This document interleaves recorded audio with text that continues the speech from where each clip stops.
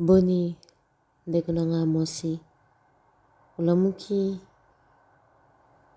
olali bien, butu malamu, osantir yango te na journée oyo. Nayebi te ngonga nini ezwi yo message oyo. Ezala eza na ntongo, ezala eza na après-midi, ezala eza na bapokwa, na babutu, na ocomprendre. Eloko edéranger ka yo, mpe ka yo mutu kovalide eloko osentir. Ese osentir yango ndeko okosentir yango. Ta mosusu eza mpona oyo moke ya yo, la petite toi, your inner you, your inner child. Ta mosusu eza ye nde moto aosentir elomo boye. Alingi kaka ke totala yango, totalela likambo yango eke tosoigne puta wana oyo ezokisi ye, oyo esalemeli ye. Tozwa temps mpona ye. Ape na droit wana, amema bamikumba ebele, alela mingi, sans moto ayeba. Alors soki lelo sentir yango te journée oyo, mokolo oyo, ndeko na nga mwasi pema. Oyebi ke toa ebele, toa elongo moko, et toza ensemble. Soki oa fatigué lelo, pema, ke nga nazwa ata relève, mais eza droit na yo. Nayebisa biso tozala makasi,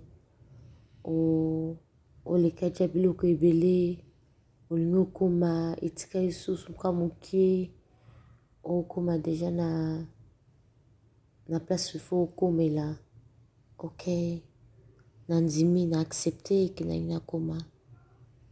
Mais malgré nyonso wana elongolaka pasi te oyo naoyoka lelo. Alors ndeko na nga mwasi, na ocomprendre yo. Soki fo pema pema. Mais nakotuna eloko moko, eske okopromettre nga eloko moko.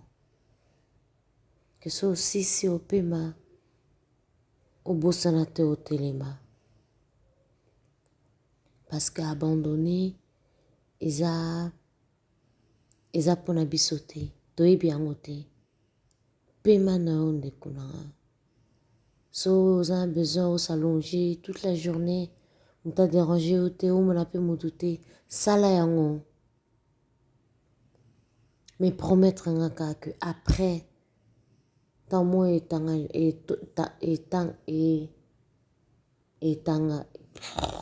ebima lisusu, ke yo mpe otelema.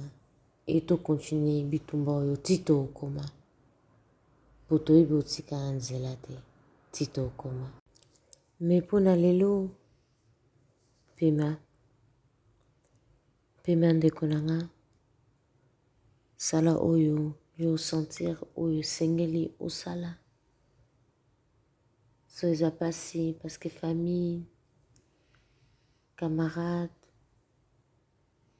na amour, peu importe, oyo blessé yo, zwa temps mpona yo. Wana besoin nango. Et oui, pema lelo. Biso baninga mosusu tozwa relève. Mais mpona lelo pema. Oyo eza solo eza ke nayebi te eloko ezodéranger yo, mais yo oyebi. Adresse yango, talela likambo yango, kotika yango bongo te. Talela yango, po tozongela lisusu makambo oyo te. Sala nyonso ke otrouvela yango solution. Pour te continuer. yeba ke oza yo moko te toza ebele nalingi bino nyonso mingi soki message oyo ekoaide yo na n'importe quel moment situation na vie na yo nzambe azwa lokumu. Bafoto omoni na publie cette fois-ci ya mbala oyo eza ya sœur na biso Jenny, une battante courageuse. J'aime beaucoup nalinga misala na ye ebele danse na ye et tout asala yango ka mpo na ye te me mpona peuple mpona mokili mobimba emonana.